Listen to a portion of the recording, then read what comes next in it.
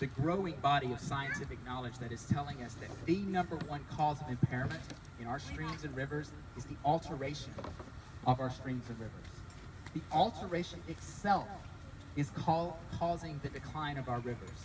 It's not the pollution we're putting in, although that's bad, but it is actually changing the way that these rivers flow, that's changing those natural systems. And if we're going to maintain that bounty of life that these rivers provide for us, we're going to have to keep that flow moving and going down. It's connecting the places that we live and play, Birmingham and Gadsden and Montgomery, to Mobile and the Bay.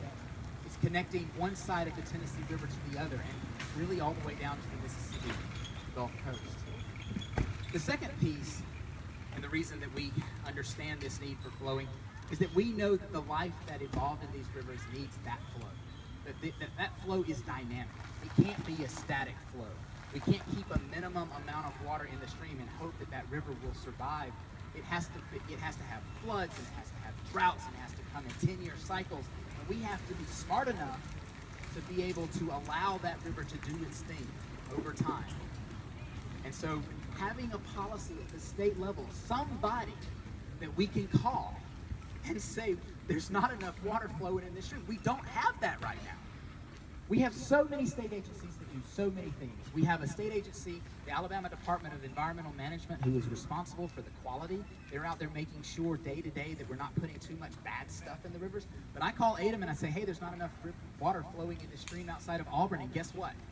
Not my job. I call the Department of Conservation and Natural Resources and say, hey, these critters are on dry land. They shouldn't be. They're like, yeah, it's a big problem, but it's not our job. I call the Office of Water Resources and say, are you giving permits to people to take water? And they're like, it's not our job.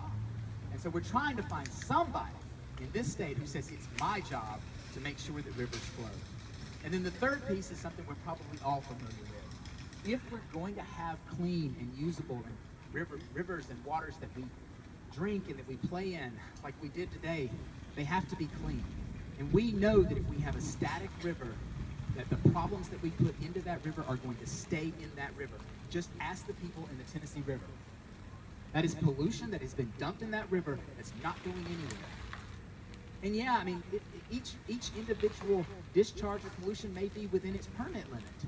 But if we just keep that water there and we don't recognize that that water is not moving, that river pollution is going to stay there and it's going to build up. And so if we're going to hold water in one place, we have got to ratchet down pollution permits so that we don't have it sit there on top of us for generations and generations.